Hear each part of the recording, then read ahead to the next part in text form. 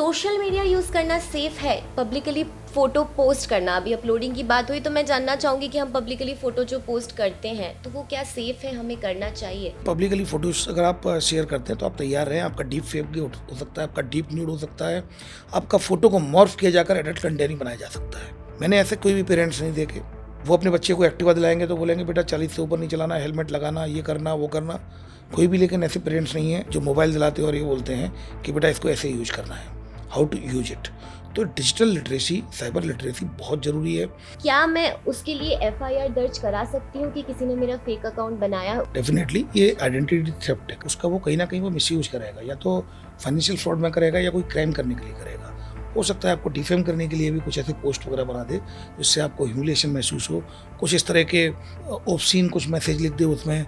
Financial fraud भी कर सकता है कि इमरजेंसी दिखा के जो आपके कॉन्टैक्ट में लोग जुड़े हुए हैं कि मुझे एक प्रॉब्लम है और अभी फटाफट इमरजेंसी चाहिए, मुझे 50,000 चाहिए, फाइनेंशियल फ्रॉड भी कर सकता है। तो इसकी रिपोर्ट आप अपने जो प्लेटफॉर्म पर तो करते ही हैं जहाँ फेक प्रोफाइल बनी हुई है, बट एक एनसीआरबी का रिपोर्टिंग पोर्टल है, आप वहाँ पर कंप्लेंट कर सकते हैं और इसमें एफआईआर होती है। डिजिटल अरेस्ट का कोई टर्म है क्या? कानूनी तौर पर डिजिटल अरेस्ट किया जाता है सर?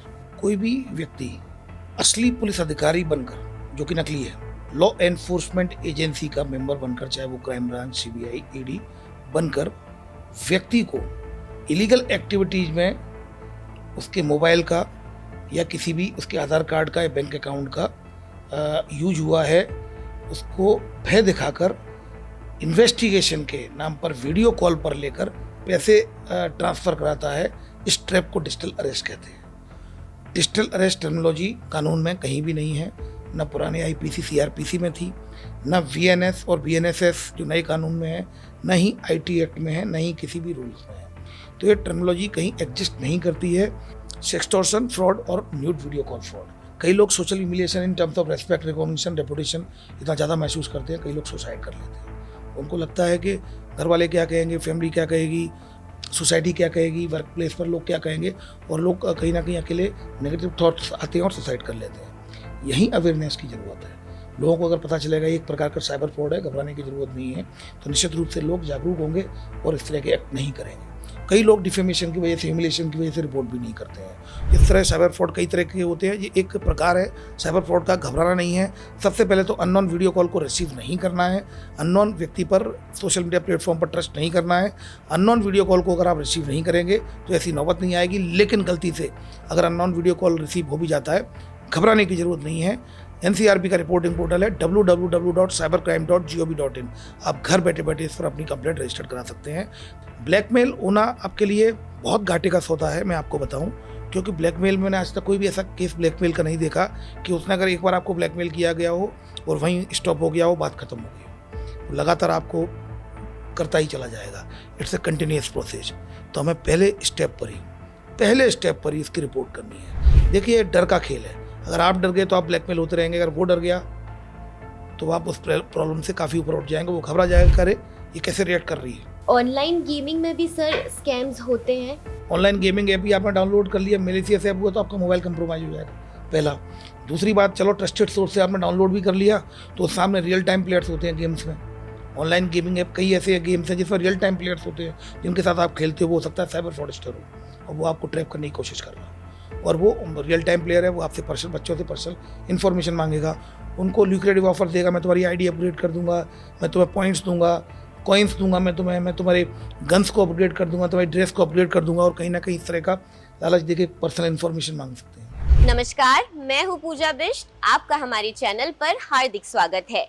क्या आपके साथ कभी ऐसा हुआ है कि आपके फोन पर एक वीडियो कॉल आता है जिसमें आपको पुलिस की वर्दी में एक शख्स दिखाई देता है और आपसे कहता है कि आपको डिजिटल अरेस्ट किया गया है, आपको घंटों बिठा के रखता है स्क्रीन के सामने और फिर आपसे पैसे की मांग की जाती है। आपको बता दें कि आज के टाइम में कई तरीके के ऑनलाइन फ्रॉड चल रहे हैं। सोशल मीडिया के इस टाइम पे जहां लोग अपनी मेहनत से एक मुकाम हासिल कर रहे हैं, वहीं दूसरी ओर कई लोग इसका गलत इस्तेमाल भी कर रहे हैं। तो कैसे ऑनलाइन खुद को फ्रॉड से बचाना है, कैसे अपनी प्रोफाइल्स को सेफ रखना है, क्या एआई हमारे लिए सेफ है? अगर हमें कोई ब्लैकमेल कर रहा है ऑनलाइन किसी भी तरीके से तो हम क्या करें? इन्हीं सारे सवालों के जवाब आज हमें देंगे हमारे आज के गेस्ट, जो कि है इंदौर शहर के क्राइम ब्रांच के additional deputy commissioner Shri Rajesh Dandotiya ji. तो चलिए इस बारे में उन्हीं से बात करते हैं। नमस्कार सर, आपका हमारे चैनल में स्वागत है। Thank you ma'am. कैसे हैं सर आप? मैं ठीक हूँ। सर, जैसे कि हमें पता है कि आज हम साइबर क्राइम पर बात कर रहे हैं, तो वैसे तो हम सब जानते हैं कि साइबर क्राइम एक ऐसी क्रिमिनल एक्टिविटी है जिसमें डिवाइसेस और नेटवर्क का उपयोग कर कर लोगों को ठगा जा रहा है। लेकिन सर, इन सब बातों की जानकारी लोगों को है, फिर भी इसमें ऐसा होता क्या है कि इसके बारे में जानते हुए भी लोग इसका शिकार हो जाते हैं? और मैं आसान भाषा में अगर समझना चाहूँ तो साइबर क्राइम है क्या? देखिए, सबसे पहली बात तो ये है कि लोग जानते ही नहीं हैं, लोग अवेयर ही नहीं है इसको लेकर। साइबर क्राइम अगर सिंपल लेमन से अगर डेफिनेशन दूँ तो सिंपल सी बात यह है कि ऐसा कोई भी क्राइम जिसमें कि मोबाइल का, नेटवर्क सिस्टम का, कंप्यूटर का यूज किया जाए, उसको साइबर क्राइम बोलते हैं। हमारा डाटा ब्रीच हो जाए, आइडेंटिटी थेफ्ट हो जाए, इसको हम साइबर क्राइम बोलते हैं। हम सर देख रहे हैं बहुतायत आजकल ऑनलाइन फ्रॉड बहुत हो रहे हैं, तो इन स्कैमर्स के पास ये डेटा पहुंच कैसे रहा है सर? देखिए, हैकिंग के जरिए जैसे मैं आपको बताता हूँ, दिल्ली में एक गैंग पकड़ा गया था। उन्होंने 2 बहुत बड़े बैंकों का सर्वर हैक कर लिया था। 5 करोड़ क्लाइंट्स का डाटा उन्होंने हैक कर लिया था और उनको छोटे छोटे साइबर फ्रॉडस्टर में 1-1 रुपये पर क्लाइंट का डाटा बेच दिया। 1 डार्क वेब पर इस तरह की लीगल एक्टिविटीज होती हैं, आपका डाटा वहाँ पर सेल होता है। कई होटल्स के, कई यूनिवर्सिटी के, कई कॉलेज के, कई स्कूल्स के डाटा हैक हो जाते हैं और आपके इन्फॉर्मेशन पहुंच जाती है। कई वेबसाइट्स के डाटा हैक हो जाते हैं, कई ऑनलाइन शॉपिंग जो वेबसाइट्स हैं उनके डाटा हैक हो जाते हैं और वो डाटा उनके पास पहुंच जाता है। इसके अलावा पैसिवली कई बार हम अपना डाटा देते हैं, हमको पता ही नहीं होता। एक्टिव डाटा वो होता है जो हम जो कि अगर आप देखें तो कई जगह हम ये जो बैंक्स हैं जिनमें हमारा पूरा डाटा पड़ा हुआ है, चोरी हो गया। पैसिवली क्या होता है डाटा? वो डाटा होता है जो कि हम जैसे कोई क्विज खेल रहे हों, ऑनलाइन क्विज खेल रहे हो, हमें पता ही नहीं है कि हमारी इन्फॉर्मेशन ली जा रही है। हम किसी जॉब के लिए अप्लाई करते हैं और हम इन्फॉर्मेशन भर रहे हैं। हम ऑनलाइन शॉपिंग कर रहे हैं तो रिवार्ड पॉइंट्स मिलते हैं, कुछ कैशबैक मिलता है, तो हमें अपनी डिटेल भर रहे होते हैं। तो हम होटल जाते हैं, चेक इन कर रहे होते हैं, तो हमारी आधार कार्ड वहाँ लगता है। हम फ्लाइट का टिकट, जैसी फ्लाइट का टिकट बुक कराते हैं तो इन्फॉर्मेशन जाती है और जब फ्लाइट का जैसे लौट के आते हैं फेंक देते हैं टिकट। बैंक के स्टेटमेंट से ओल्ड हो गए, फेंक दिया, उनको डिस्ट्रॉय करना चाहिए।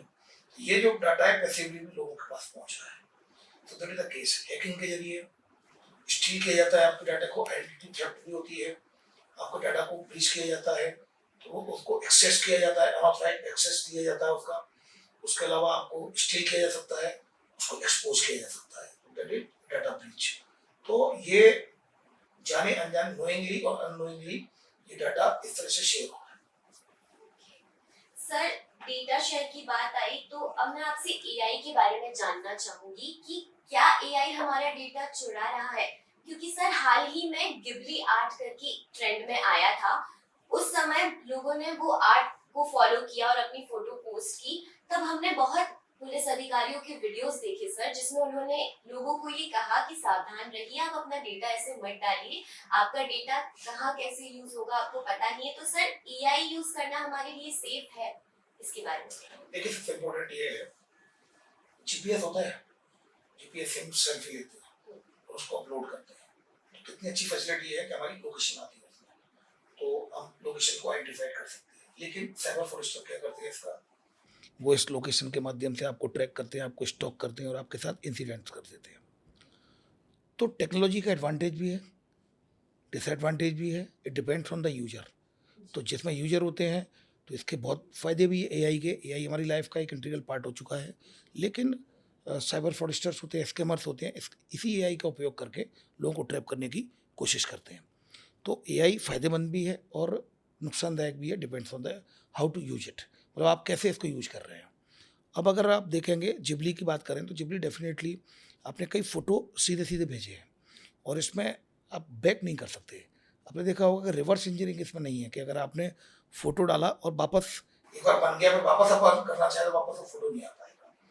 कि आपको पता है कि जो डीप फेक बनते हैं, जो डीप न्यूड बनते हैं, वो हाई रेजोल्यूशन फेशियल शॉट से बनते हैं। हाई रेजोल्यूशन फेशियल शॉट्स होते हैं जो कि कई एंगल से होते हैं, कई उसमें एंगल एक्सप्रेशन से होते हैं। और आपने स्पेशली जो जो फेशियल शॉट्स होते हैं, डायरेक्ट फ्रंट फेशियल शॉट्स होते हैं, वो हम लेते हैं, वो हमने जिबली में डाली। और डीप फेक डीप न्यूड के लिए फ्रंट फेशियल शॉट्स और हाई रेजोल्यूशन वाले जो जो फोटोज हैं, ये जो फोटो है ये उनके लिए इजी प्रे है AI के लिए। तो कहीं ना कहीं ये इसमें इसका मिसयूज हो सकता है। तो अल्टीमेटली इसको और ऐसे समझें, सावधान आगे खाई हो सकती है, कृपया रास्ता बदल दें। तो क्या आप पहले ट्राई करेंगे खाई हो सकती है, या फिर सीधे स्ट्रेट वापस आएंगे, दूसरा रास्ता ट्राई करेंगे। जिबली देखिए, AI में आप कोई भी पर्सनल इंफॉर्मेशन डाल रहे हैं, आप कुछ मत करिए, आप तो किसी भी से भी पूछिए क्या पर्सनल इंफॉर्मेशन या पर्सनल फोटो शेयर करना फायदेमंद है, नुकसानदायक हो सकता है क्या? सभी बोलेंगे पर्सनल फोटोज कभी भी नहीं अपलोड करनी चाहिए। तो कहीं ना कहीं जिबली में फैमिली के फोटो सारी चीजें आपने शेयर की। देखिए, आप ये मान के चलिए कि बहुत अच्छी बात है, शानदार फोटो आ रहे हैं, एनिमेटेड फोटो आ रहे हैं, बड़े अच्छे पिक्चर्स अच्छी भी लगती हैं, बट उसके प्रोस एंड कॉन्स आपको पता होना चाहिए। तो अल्टीमेटली साइबर लिटरेसी बहुत इम्पोर्टेंट है। और इसके कई, अब देखते हैं आगे इसका क्या मिसयूज होता है। दो टू स्कूल्स ऑफ थॉट है। एक ये सोचता है कि कहीं ना कहीं AI को ट्रेंड करने के लिए किया गया है, AI को ट्रेंड करने के लिए कि AI ट्रेंड होगा, लगातार इतने फोटोज को देखेगा तो फोटोज में वो कहीं ना कहीं वो ट्रेंड हो जाएगा, इतनी इन्फॉर्मेशन उसमें भरी जा रही है तो उसमें एक एल्गोरिदम सेट हो जाएगी। और या फिर कहीं ना कहीं इसका स्कैमर्स मिसयूज करेंगे। तो let's see. Okay, photo upload की जैसे बात आई सर, आज का दौर सोशल मीडिया का दौर है। सोशल मीडिया बहुत ज़्यादा पावरफुल पोजीशन में है। कई लोग अपनी मेहनत से, अपने टैलेंट से एक मुकाम हासिल कर रहे हैं, वही गलत इस्तेमाल भी कर रहे हैं। तो सर, सोशल मीडिया यूज़ करना सेफ है? पब्लिकली फ़ोटो पोस्ट करना, अभी अपलोडिंग की बात हुई तो मैं जानना चाहूँगी कि हम पब्लिकली फ़ोटो जो पोस्ट करते हैं तो वो क्या सेफ़ है, हमें करना चाहिए? देखिए, पब्लिकली फोटोज अगर आप शेयर करते हैं तो आप तैयार रहें, आपका डीप फेक भी हो सकता है, आपका डीप न्यूड हो सकता है, आपका फोटो को मॉर्फ किया जाकर एडल्ट कंटेंट बनाया जा सकता है। तो ये डिपेंड है आप पे, आपको ये चॉइस करनी होगी कि आपको व्यूज, लाइक, शेयर्स, कमेंट्स चाहिए ज़्यादा, तो फिर आप पोस्ट करेंगे, तो फिर उसके लिए भी आप तैयार रहें, क्योंकि इसका नेगेटिव साइड ये भी है। इसलिए हमेशा मिनिमम पर्सनल इन्फॉर्मेशन शेयर करना चाहिए, मिनिमम अपने फ़ोटो शेयर करना चाहिए। कोशिश की जाए कि अगर आपकी जो आपको प्रोफाइल पिक भी बनानी है तो उसको कोशिश करें कि हाफ पार्शियल फ़ोटो उसमें अगर शो होगा तो AI उसको ट्रैक नहीं कर पाएगा। मिनिमम फ़ोटो शेयर हो, अपने अकाउंट को पब्लिक ना करते हुए प्राइवेट करें, तो आपके जो कॉन्टैक्ट में जितने फ्रेंड्स हैं आपके, केवल वही आपके कंटेंट को देख पाएँ। तो देखिए, सावधानी बहुत ज़रूरी है। सोशल मीडिया का उपयोग करना बिल्कुल आप कर सकते हैं, इसको अवॉइड करना भी कोई सॉल्यूशन नहीं है। ऐसे तो रोडों पे एक्सीडेंट होते हैं, फिर इसका मतलब क्या हम व्हीकल चलाना छोड़ दें? तो कहीं न कहीं हमारे लिए फ़ायदेमंद भी है। कहीं न कहीं हम लोगों की एक जो इमेजिनेशन, जो एनालिटिकल पावर बढ़ती है, लॉजिकल जो रीजनिंग पावर बढ़ती है, तो निश्चित रूप से, और एंटरटेनिंग भी रहता है, तो हम अपने टाइम हम रिफ्रेश भी हो सकते हैं। लेकिन ओवर शेयरिंग से बचना चाहिए, ओवर स्पेंडिंग टाइम से बचना चाहिए। हम क्या करते हैं, 6-6 घंटे तक लगातार सोशल मीडिया पर हैं, फिर आँखों में से पानी आने लगता है। बच्चों को देखिए आप। तो आपको लिमिट में इसका यूज़ करना चाहिए, सिक्योरिटी प्रोटोकॉल्स को फ़ॉलो करना चाहिए। मैंने ऐसे कोई भी पेरेंट्स नहीं देखे, वो अपने बच्चे को एक्टिवा दिलाएँगे तो बोलेंगे बेटा 40 से ऊपर नहीं चलाना, हेलमेट लगाना, ये करना, वो करना। कोई भी लेकिन ऐसे पेरेंट्स नहीं हैं जो मोबाइल दिलाते हैं और ये बोलते हैं कि बेटा इसको ऐसे यूज़ करना है, हाउ टू यूज इट। तो डिजिटल लिटरेसी, साइबर लिटरेसी बहुत ज़रूरी है। हम जिस मोबाइल को यूज़ करते हैं, हम में से कोई भी ऐसा व्यक्ति नहीं होगा, हम और आप में से भी कोई ऐसा व्यक्ति नहीं है कि मोबाइल के सारे फीचर्स जानते हों। सो प्रॉब्लम क्या हो रही है कि जो जो gadgets and tools are regularly upgrading, और these upgradations are so rapid that even common users are not able to understand about these rapid changes। तो इस वजह से प्रॉब्लम हो रही है। तो उसको सिक्योरिटी प्रोटोकॉल्स नहीं पता होते, और जब फ्रॉड का शिकार होता है तब फिर trial and error and then फिर वो अपने आप को थोड़ा अवेयर करता है। तो अवेयरनेस की बहुत कमी है, तो उसके लिए लगातार सभी स्टेक होल्डर को, आप और हम सभी लोगों को सोसाइटी के काम करना हो। सर, हमने सोशल मीडिया की बात की तो आजकल ये केसेस भी बहुत देखने को मिलते हैं कि लोग फेक अकाउंट्स बना रहे हैं। सपोज़ मेरे नाम से किसी ने फेक अकाउंट बना दिया, मैं इतना कर सकती हूँ कि इंस्टाग्राम पर रिपोर्ट करके उसे ब्लॉक कर सकती हूँ। वो व्यक्ति मेरी फ़ोटो यूज़ कर रहा है और लोगों से बात कर रहा है।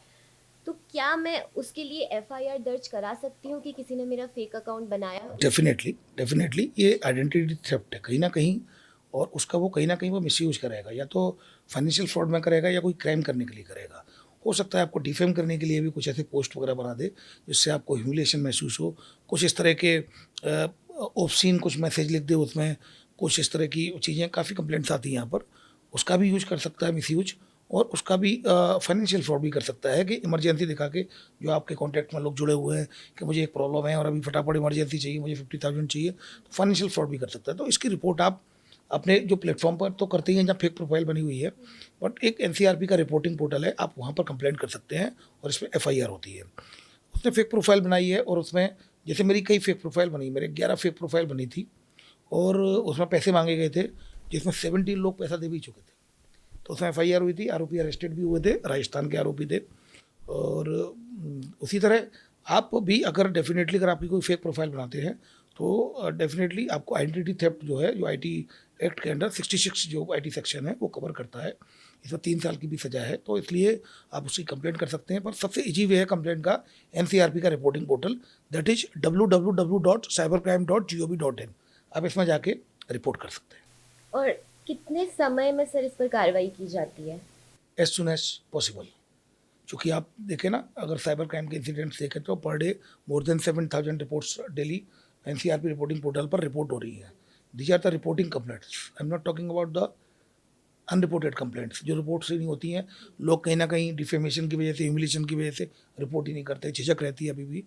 तो ऐसी स्थिति में वर्क प्रेशर काफ़ी रहता है, बट लगातार जैसे अगर आपका फेक प्रोफाइल बनाई गई है तुरंत उसको मेल कर दिया जाता है, 24 टू 72 आवर्स तक ये ब्लॉक भी हो जाती है। उसके बाद फिर 15 टू 20 डेज, एक महीने में इन्फॉर्मेशन, क्योंकि देखिए सभी के जो नोडल ऑफिसर जरूर दिल्ली या बेंगलोर या इंडिया में बैठे हुए हैं, हैदराबाद, लेकिन सभी की जो ऑफिस हैं वो सब यूएस में है, वाशिंगटन, न्यूयॉर्क, इन सब यहाँ ऑफिस हैं। चाहे अगर आप देखेंगे यूएस में, चाहे वो व्हाट्सअप का हो, चाहे वो यूट्यूब का हो, चाहे फिर वो इंस्टाग्राम का हो, तो ऐसे में वहाँ से इन्फॉर्मेशन आने में समय लगता है। ऑल ओवर द वर्ल्ड ये सारी इन्फॉर्मेशन पहुँच रही हैं, कहीं ऑल ओवर वर्ल्ड कितने क्राइम होते होंगे, तो it takes time, but it not because of the fact that nobody is doing anything, it is just because of the fact the nature जो है वो टाइम टेकिंग नेचर है इस तरह की कंप्लेंट्स का। बट ब्लॉक हो जाएगी तो इमीडिएट रिलीफ आपको 24 आवर्स टू 72 आवर्स आपको मिल जाता है।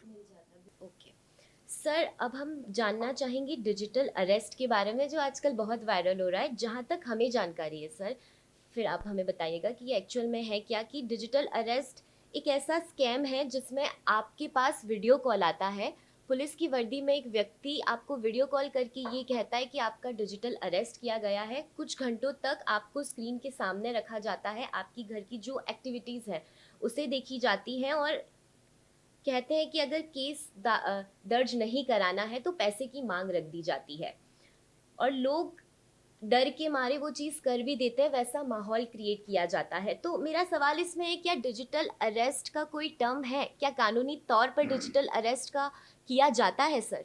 देखिए, सबसे पहले डिजिटल अरेस्ट की परिभाषा आपको बताता हूँ, वो सिंपल। कोई भी व्यक्ति असली पुलिस अधिकारी बनकर, जो कि नकली है, लॉ एनफोर्समेंट एजेंसी का मेंबर बनकर, चाहे वो क्राइम ब्रांच, सीबीआई, ईडी बनकर, व्यक्ति को इलीगल एक्टिविटीज में उसके मोबाइल का या किसी भी उसके आधार कार्ड का या बैंक अकाउंट का यूज हुआ है, उसको भय दिखाकर इन्वेस्टिगेशन के नाम पर वीडियो कॉल पर लेकर जो पैसे ट्रांसफ़र कराता है, इस ट्रैप को डिजिटल अरेस्ट कहते हैं। डिजिटल अरेस्ट टर्मिनोलॉजी कानून में कहीं भी नहीं है, न पुराने आईपीसी सीआरपीसी में थी, न वीएनएस और बीएनएसएस जो नए कानून में है, न ही आईटी एक्ट में है, न ही किसी भी रूल्स में है। तो ये टर्मिनोलॉजी कहीं एग्जिस्ट नहीं करती है, साइबर फ्रॉडस्टर्स के द्वारा ये क्रिएट की गई है। They are the inventor, they are the creator of this terminology digital arrest.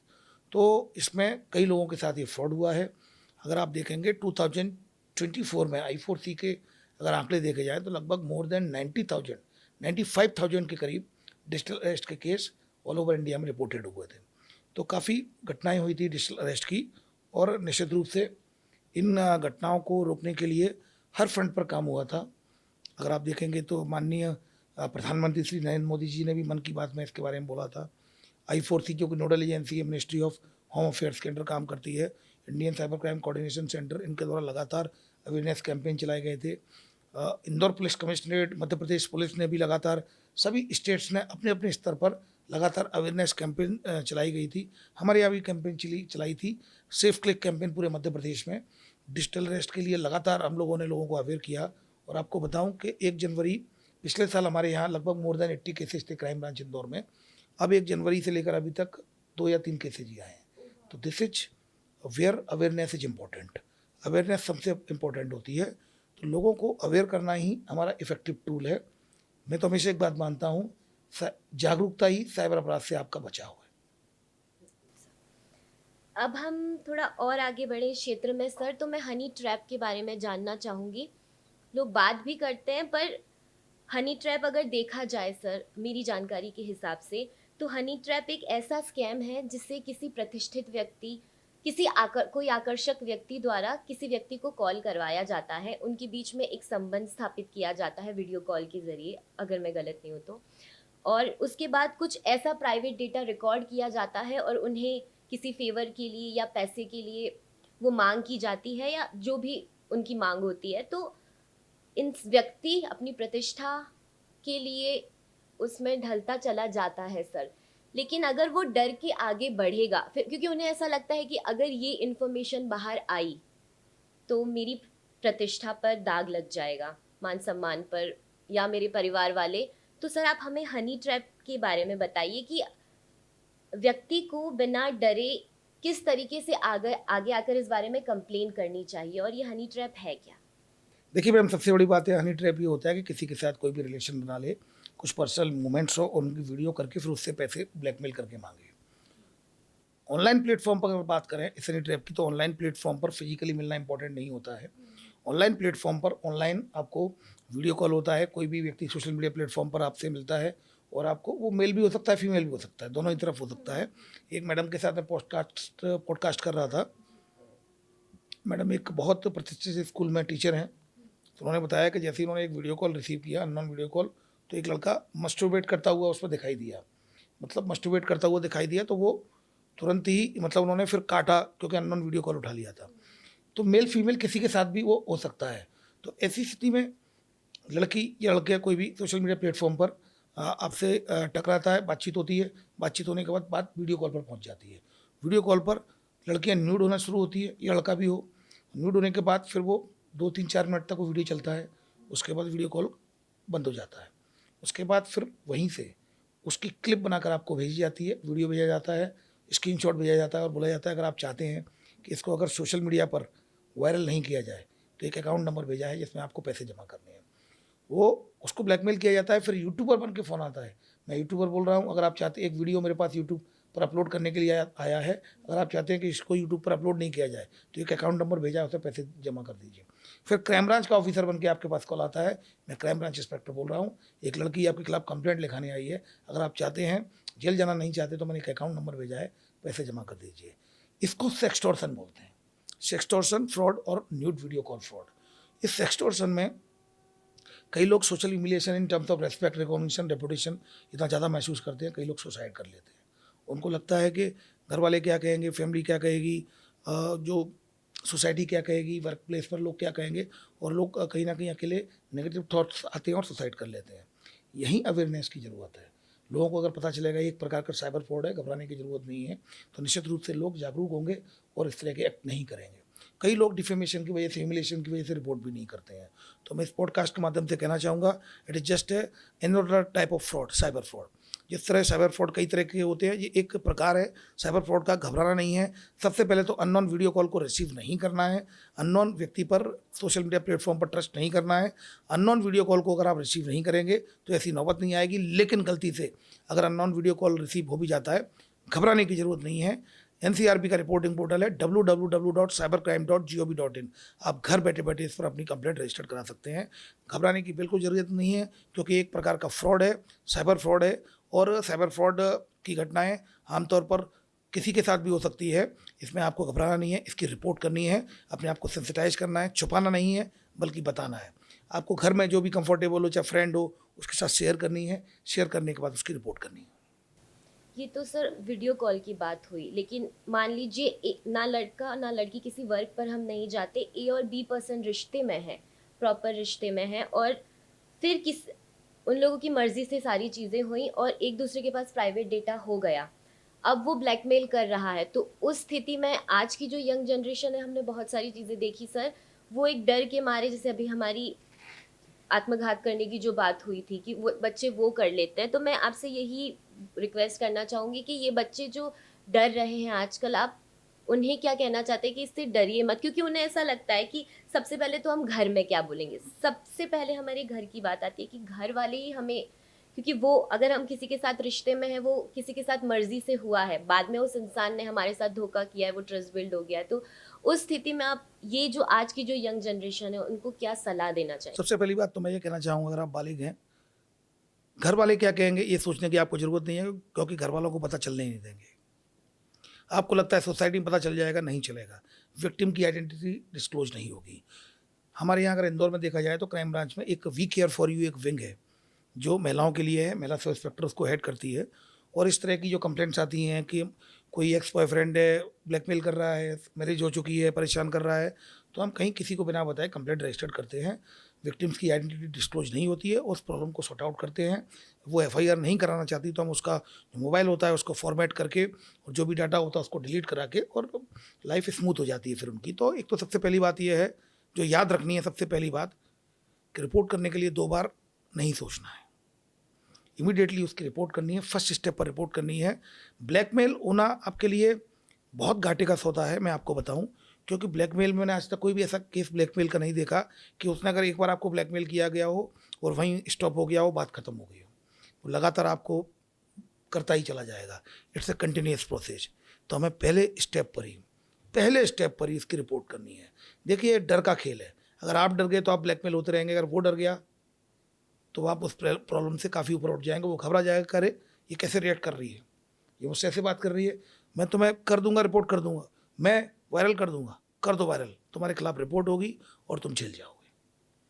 तो हमें रिपोर्ट करनी है। आइडेंटिटी विक्टिम की डिस्क्लोज नहीं होती है, आप इसकी रिपोर्ट करें। मैंने फिर बताया एनसीआरबी का रिपोर्टिंग पोर्टल है, जिसमें पहला ही फीचर है कि crime against womens and children.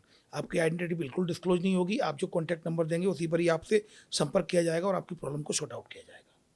एक और चीज़ सर, हम स्टेगनोग्राफी के बारे में जानना चाहते हैं कि आपके फ़ोन पर या तो कोई इमेज आती है या फिर कोई लिंक आती है अननोन नंबर से, जिस पे हमने क्लिक कर दिया, तो उस फोटो और लिंक के पीछे में कुछ ऐसा कोड होता है कि हमारे फ़ोन का सारा डेटा चला जाता है। देखिए क्या होता है, कोई भी फोटो हो, वीडियो हो या फिर वॉइस हो, उसमें कहीं ना कहीं कोई एक पीछे आपके ऑडियो के पीछे, ऑडियो को फाइल के पीछे या वीडियो फाइल के पीछे या फिर आपका जो फ़ोटो उसके पीछे कोई भी एक मैसेज होता है, तो मैसेज कोई हिडन मैसेज होता है, तो उसको भेजा जा सकता है। फ़ोटो ये स्टेगनोग्राफी होती है। लेकिन अभी जो इस तरह की एक घटना हुई थी, जो पूरी घटना ऑल ओवर इंडिया में एक ही हुई है, जबलपुर में हुई है, जिसमें उससे बोला पहचानो इसको, और उसको उसने डाउनलोड किया है और उसके बाद उसके अकाउंट से पैसा चला गया। 2 लाख रुपए का फ्रॉड हुआ है जबलपुर में। ये घटना पूरी ऑल ओवर इंडिया में एक ही हुई है। तो लोग ये सोच रहे हैं कि फ़ोटो से भी अब तो ऐप डाउनलोड हो रहा है और कहीं ना कहीं हमारे साथ फ्रॉड हो रहा है। मैं ये मान के चलता हूँ कि विक्टिम कई बार इतना पैनिक होता है सिचुएशन में कि वो कंफ्यूज होता है, जब रिपोर्टिंग करता है तो कई चीज़ें भूल जाता है। अभी भी 2 स्कूल्स ऑफ थॉट है। एक स्कूल ये मानता है कि स्टेनोग्राफी के माध्यम से ये संभव है। सेकंड स्कूल ऑफ थॉट ये मानता है कि देखिए, एक मैसेज तो भेजा जा सकता है, लेकिन किसी ऐप को किसी फ़ोटो के पीछे, जब व्हाट्सएप पर अगर आप ऐप देखेंगे, व्हाट्सएप पर आप देखें किसी फ़ोटो को अगर आप लगातार आप शेयर करते हैं तो फ़ोटो कंप्रेस्ड हो जाता है, क्वालिटी डाउन हो जाती है। ऐसे में फ़ोटो ही के पीछे किसी ऐप को डाउनलोड करके, मतलब ऐप को कोई लिंक भेज देना जिसमें कि ऐप डाउनलोड हो जाए, स्क्रीन शेयरिंग ऐप या कुछ इस तरह से, तो वो थोड़ा सा अभी सेकंड स्कूल ऑफ थॉट इस बात को मानता नहीं है। तो अभी स्टिल डिस्कशन चल रहा है, वो केस है। उसमें ये भी संभव है कि हो सकता है कि उसने फ़ोटो डाउनलोड किया हो, नीचे एक लिंक भी क्लिक कर ली हो, तो स्क्रीन शेयरिंग ऐप डाउनलोड हो गया हो, एनीडेक्स या क्विक सपोर्ट, तो वो स्क्रीन शेयर हो रही होगी, ओटीपी आया होगा तो ओटीपी उसने शेयर कर लिया। स्क्रीन शेयरिंग ऐप है तो ओटीपी देख के उसके अकाउंट से 2 लाख रुपए चले गए। ये पॉसिबल है। तो ये आगे पता चलेगा। बट 2 स्कूल्स ऑफ थॉट है। स्टेगनोग्राफी के माध्यम से मैसेज जो भेजना संभव है, ऑडियो फाइल के माध्यम से, वीडियो फाइल के माध्यम से, या फिर आपके फ़ोटो के माध्यम से। बट किसी ऐप को भेजना, ये थोड़ा सा अभी डिस्कशन चल रहा है अभी। लोग जो साइबर एक्सपर्ट्स हैं, जो इस फील्ड के प्रोफेशनल्स हैं, वो उस पर डिस्कशन कर रहे हैं। अभी कोई कंक्रीट इन्फॉर्मेशन अभी नहीं आ पाई। सर साइबर स्टॉकिंग क्या होता है? जैसा कि मैंने अभी आपको बताया था कि जैसे कि सेल्फ़ी है, सेल्फ़ी को हम डाउनलोड करते हैं, अपलोड करते हैं, तो हम जब सेल्फ़ी लेते हैं जीपीएस ऑन रहता है तो हमारी लोकेशन चली जाती है। साइबर स्टॉकिंग बेसिकली आपको सोशल मीडिया प्लेटफॉर्म पर स्टॉक करना। आपका कोई भी इंस्टाग्राम हो, फेसबुक हो, आपने मॉर्निंग की पिक्चर डाली तो आपको स्टॉक किया जा रहा है कि आप क्या क्या एक्टिविटीज़ कर रही हैं, आप किसके साथ फ्रेंडशिप कर रहे हैं, फ्रेंडशिप है, नए फ्रेंड्स कौन जुड़ रहे हैं, तो आपको स्टॉक किया जाता है। और अनफॉर्चुनेटली हम लोग ओवर शेयरिंग के बीमारी से ग्रसित हैं। हम हर चीज़ को करते हैं। आज मेरे कॉलेज का दिन ऐसा था, सब चीज़ें ऐसे शेयर करते हैं जैसे कि कहीं ना कहीं आपके फ्रेंड्स इंटरेस्टेड होंगे। कोई इंटरेस्टेड नहीं होता, केवल इंटरेस्टेड एक ही सेक्शन होता है, एक ही कॉम होती है, दैट इज साइबर फ्रॉडस्टर्स। वो इंटरेस्टेड होते हैं, वेरी गुड, प्लीज़ शेयर। आज तो मुझे ऐसा लग रहा है, आज मेरा मन उदास है, तो तुरंत personal message, I can understand, आजकल ऐसा होता है, क्या हुआ तुम्हारे साथ। वो आपको सिंपैथी दिखाएंगे, तो वो आपको स्टॉक करते हैं। और साइबर स्टॉकिंग इसलिए की जाती है जिससे आपके साथ कोई फ्रॉड कर पाए, या फिर आपके साथ कोई फाइनेंशियल फ्रॉड कर पाए, या कोई क्राइम कर पाए। तो हमेशा ओवर शेयरिंग से बचें। जब भी आप selfie, personal information minimum share करें, फ़ोटो अपने मिनिमम शेयर करें। और अगर फ़ोटो शेयर भी करें, सेल्फी को शेयर करते हैं, अपलोड करते हैं, तो अपने जीपीएस को डिसेबल करके, जीपीएस को डिसेबल कर लें, उसके बाद ऑफ कर लें जीपीएस को, उसके बाद सेल्फी लें और उसको अपलोड करें, फिर बाद में जीपीएस को इनेबल कर लें। तो ये कुछ इस तरह की चीज़ें हैं जिससे अपन साइबर स्टॉकिंग से अपने आप को बचा सकते हैं। क्या आज के समय में हैकिंग बहुत इजी ऑप्शन है? क्या हम ही हैकर को मौका देते हैं कि वो हमें हमारे फ़ोन पे कुछ भेजते हैं तो वो हमें हैक कर सके, या किस तरीके से हम अपने आप को इस सिचुएशन से योर हैबिट्स और your discipline decide your fate on digital platform. If you are following security protocols, तो आप अपने आप को बहुत अपने सिक्योरिटी थ्रेट्स को डिजिटल प्लेटफॉर्म पर मिनिमाइज कर रहे हैं। और अगर आप फायरवॉल्स अपडेट नहीं है, एंटीवायरस सॉफ्टवेयर अपडेट नहीं है, 2 फैक्टर ऑथेंटिकेशन नहीं है, प्रोफाइल पब्लिक कर लिया है, तो बी रेडी फॉर दैट। आपकी प्रोफाइल बनेगी फेक, पैसा मांगा जाएगा, क्राइम किया जाएगा, डिफेम किया जाएगा। बी रेडी फॉर दैट कि आपको कोई हैक कर लेगा। आपने पासवर्ड सभी प्लेटफॉर्म के एक जैसे बना दिए हैं, आपने पासवर्ड बहुत सिंपल सा रख लिया है, आपका पासवर्ड अपडेटेड ही नहीं है, 1 साल से वही पुराना चल रहा है। तो ये सिक्योरिटी प्रोटोकॉल्स है। तो your habits decide your fate on the digital platform. तो आपको सिक्योरिटी प्रोटोकॉल्स फॉलो करने होंगे। ये जो क्रेडिट बैंक से कॉल के नाम पे जो क्रेडिट कार्ड पिन लिया जाता है, जो एटीएम पिन लिया जाता है, ये भी इसी क्राइम के अंदर आता है। साइबर क्राइम है ये सबसे बड़ी बात। कोई भी जिसको हम जानते नहीं है उसको हम इन्फॉर्मेशन क्यों शेयर कर रहे हैं। सबसे पहली बात अभी मैं बताऊं, 200 से अधिक बैंक से रिलेटेड केवाईसी अपडेट के नाम पर फ्रॉड हुए हैं क्राइम ब्रांच में अभी इसी साल। मेरी समझ में ये नहीं आता, आपके मोबाइल में भी कॉन्टैक्ट लिस्ट होगी, 1000 से ज़्यादा नंबर होंगे, मेरे में 20,000 से ज़्यादा हैं। सब लोगों के पास मोबाइल में कॉन्टैक्ट नंबर होते हैं। क्या हम जो इमरजेंसी सर्विसेज हैं जिनको हम डेली यूज करते हैं, क्या हम बैंक के जिस बैंक में हमारा अकाउंट है, जो हमारी गाड़ी मतलब कड़ी मेहनत की कमाई का पैसा रखो, कि 2-3 नंबर ऑफिशियल स्टाफ के बैंक के हम अपनी कॉन्टैक्ट लिस्ट में नहीं ले सकते? क्या हम जो बिजली का बिल भरते हैं, अपडेट करते हैं, 2-3 एमपीबी के एम्प्लॉयज़ के अपने जहाँ भरते हैं वहाँ नहीं ले सकते? क्या हम जो रिजर्वेशन कराते हैं जो फ्लाइट्स के, क्या हम 2-3 जो फिजिकली जिनसे मिले हुए हों, जानते हों, उनके नंबर फीड नहीं कर सकते? अब फ़ोन आता है कि मिस्टर ये बोल रहे हैं, मैं एसबीआई से बोल रहा हूँ, आपका केवाईसी अपडेट करना है, आपने अभी अपना केवाईसी अपडेट नहीं किया। वाकई व्यक्तियों को पता ही नहीं है केवाईसी अपडेट हुआ ही नहीं है, तो उनको लगता है सही बात है, बैंक का नाम भी जान रहा है, मेरा नाम भी जान रहा है, तो ये फिशिंग ट्रैप लगाते हैं। तो ऐसी स्थिति में आपको सतर्क रहने की ज़रूरत है। कुछ नंबर्स आपको रखने हैं जो टेक्नो फ्रेंडली नहीं है। उनके लिए पंचलाइन ये है, हर अनजान और अज्ञात को संदेह की दृष्टि से देखें। कभी भी अननोन नंबर, अननोन पर्सन किसी पर ट्रस्ट नहीं करना है। एनीथिंग इज अननोन, उस पर ट्रस्ट नहीं करना है, दैट्स इट। और ये ऑनलाइन गेमिंग में भी सर स्कैम्स होते हैं, जो हमारी जनरेशन, जो बच्चे, इवन यंग बच्चे भी ऑनलाइन गेमिंग बहुत प्रेफर करते हैं, तो इसमें भी कोई स्कैम का खतरा या? बिल्कुल खतरा रहता है। सबसे पहली बात तो है, ऑनलाइन गेमिंग ऐप ही आपने डाउनलोड कर लिया, मेलिशियस ऐप हुआ तो आपका मोबाइल कंप्रोमाइज हो जाएगा, पहला। दूसरी बात, चलो ट्रस्टेड सोर्स से आपने डाउनलोड भी कर लिया तो सामने रियल टाइम प्लेयर्स होते हैं गेम्स में। ऑनलाइन गेमिंग ऐप कई ऐसे गेम्स हैं जिसमें रियल टाइम प्लेयर्स होते हैं, जिनके साथ आप खेलते हो, वो हो सकता है साइबर फ्रॉडस्टर हो और वो आपको ट्रैप करने की कोशिश कर रहा हो। और वो रियल टाइम प्लेयर है, वो आपसे पर्सनल बच्चों से पर्सनल इन्फॉर्मेशन मांगेगा, उनको ल्यूक्रेटिव ऑफर देगा, मैं तुम्हारी आईडी अपग्रेड कर दूंगा, मैं तुम्हें पॉइंट्स दूंगा, कॉइन्स दूंगा, मैं तुम्हारे गन्स को अपग्रेड कर दूंगा, तुम्हारी ड्रेस को अपग्रेड कर दूंगा, और कहीं ना कहीं इस तरह का लालच देके पर्सनल इन्फॉर्मेशन मांग सकते हैं। तो बहुत खतरा है ऑनलाइन एक्टिविटीज़ में, तो कहीं ना कहीं पेरेंट्स को इसमें सावधान रहने की ज़रूरत है। सर, ये तो आजकल जो देखने को मिल रहे हैं किससे वो बातें हो गई। कुछ आपने कुछ ऐसा केस देखा हो कि एक ऐसा विचित्र केस अगर आप बताना चाहें कि लोग इस हद तक गुजर कर अपने दिमाग का यूज कर कर इस तरीके से भी ठगी कर सकते हैं जो तो लोगों के सामने भी नहीं आई। कुछ ऐसा केस अगर आप बताना चाहें कि कुछ ऐसा हुआ था, ताकि लोगों को पता चले कि अगर उनके साथ भी भविष्य में ये होता है तो उन्हें सावधान रहना है।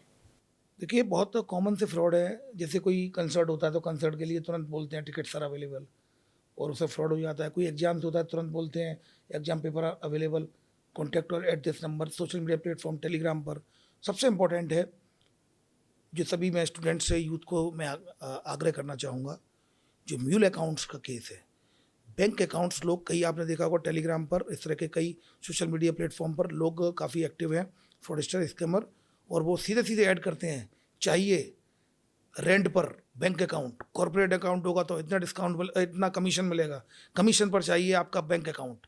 तो रेंट पर बैंक अकाउंट लेते हैं, और जो रेंट पर देते हैं 10,000, 20,000 या 1 लाख या 2 लाख के कमीशन के चक्कर में, मैं उनसे ये कहना चाहूँगा कि वो साइबर फ्रॉडस्टर अपना पैसा आपके बैंक अकाउंट के माध्यम से ट्रांसफ़र करते हैं। वो एनोनिमस हैं बट यू आर नोन, आपके डॉक्यूमेंट्स लगे हुए हैं, और जितनी सज़ा उसको मिलेगी उतनी ही सज़ा आपको मिलेगी, आप भी उतने ही समय जेल जाएंगे। तो remember, specially for the students, कई कॉलेज के स्टूडेंट्स में ये ट्रेंड आ चुका है कि अपनी पॉकेट मनी के लिए ये लोग अपने बैंक अकाउंट्स को जो उनको रेंट पर देते हैं। इस समय क्राइम ब्रांच इंदौर ने ऐसे लगभग 12 to 15 स्टूडेंट्स पकड़े हैं जो अभी भी जेल में हैं। तो आपको ये याद रखना है, इन अकाउंट्स को अपने कभी भी, आपकी आइडेंटिटी है, आपकी इन्फॉर्मेशन है, कोई अगर इस्तेमाल करेगा और क्राइम करेगा तो फंसेंगे आप। चाहे आपकी सिम हो, चाहे आपका बैंक अकाउंट हो, चाहे आपका आधार कार्ड हो, हमारी पर्सनल इन्फॉर्मेशन है जिसको केवल हम यूज करेंगे, कोई और यूज नहीं करेगा। सर, वर्क फ्रॉम होम के नाम पर आजकल स्टूडेंट्स के साथ और महिलाओं के साथ जो चीज़ें होती है कि आपको पहले कहा जाता है वर्क फ्रॉम होम करिए अपने समय के हिसाब से और उस हिसाब से हम आपको पे करेंगे, लेकिन जब पे करने का टाइम आता है तो उल्टा वो पैसे मांग लेते हैं। तो ये भी इसी तरीका का फ्रॉड है और मैं चाहूँगी कि आप लोगों को इस बारे में थोड़ा बताइए कि इनसे। देखिए, ये सबसे पहली बात तो जैसा कि एक फ्रॉड वो होता है जिसमें वो पे नहीं करते हैं, पे करने का टाइम की ज़रूरत ही नहीं है, वो शुरू में ही आपसे पैसा ले लेते हैं। रजिस्ट्रेशन फ़ीस के नाम पर, प्रोसेसिंग फ़ीस के नाम पर, डॉक्यूमेंट वेरिफिकेशन के नाम पर आपसे पैसा लेते चले जाते हैं। तो नंबर 1, अगर आपको कोई ऑनलाइन प्लेटफॉर्म पर जॉब ऑफर कर रहा है और अगर आपसे पैसा मांग रहा है तो ये पहला साइन है, क्योंकि एम्प्लॉयर आपको पैसा देता है, पैसा लेता नहीं है। ये पहला साइन है कि वो फ्रॉडस्टर है, स्कैमर्स हैं, अलग अलग चार्जेस के नाम पर आपसे पैसा लेते हैं। तो तुरंत सावधान हो जाइए, ये फेक वेबसाइट्स है, नंबर 1। नंबर 2, कई लोग आपको असाइनमेंट देते हैं कि 7 दिन में आप कंप्लीट करिए, इनको कंप्लीट करने के बाद फिर आपको पेमेंट मिलेगा, और आप 7 दिन में उस असाइनमेंट को कंप्लीट नहीं कर पाते हैं।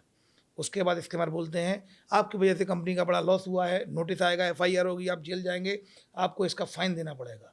तो इस तरह से वो आपसे पैसा लेते हैं। रिमेंबर, ट्रस्टेड प्लेटफॉर्म पर, ट्रस्टेड वेबसाइट पर, ऑफिशियल वेबसाइट पर जाइए उस कंपनी की जहाँ की जो आपको वर्क फ्रॉम होम मिल रहा है। आप अनावश्यक के सोशल मीडिया पर विज्ञापनों पर ट्रस्ट मत करिए। वेबसाइट पर जाइए, ऑफिशियल वेबसाइट पर जाइए, सिक्योर्ड वेबसाइट पर जाइए, HTTPS वेबसाइट हो, उसके डोमेन्स को चेक करिए, whoislookup.com, whoisdomaintools.com। इसके अलावा आप उसके डिजाइनिंग एंड पैटर्न पर जाइए, उसकी स्पेलिंग को अच्छे से पढ़िए। कई बार मिलते जुलते वेबसाइट के नाम होते हैं, वो एक जो लेटर चेंज होता है और उसमें हम कंफ्यूज हो जाते हैं। तो ये सावधानी रखने की हमें ज़रूरत है। अंतिम सवाल है मेरा सर, ये कि किसी के साथ किसी भी प्रकार का साइबर क्राइम हुआ है, अगर उसकी शिकायत, जैसे आपने हमें बताया, फिर से एक बार हम आपसे रिक्वेस्ट करते हैं कि हमें बताएं कि शिकायत कहाँ करें। दूसरा ये कि अगर किसी भी प्रकार का है तो उसमें किन सबूतों की ज़रूरत पड़ेगी।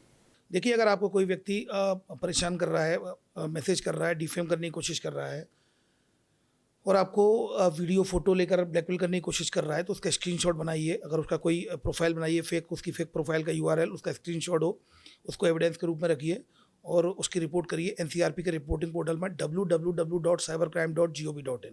उसमें अपने आधार कार्ड की एक कॉपी भी लगेगी। सेकंड, अगर आपके साथ फाइनेंशियल साइबर फ्रॉड होता है तो नेशनल साइबर हेल्पलाइन नंबर है 1930। 1930 ऑल ओवर इंडिया में कहीं भी आपके साथ फ्रॉड होता है, इमीडिएटली आप सबसे पहले 1930 पर अपनी कंप्लेंट को रजिस्टर कराएं।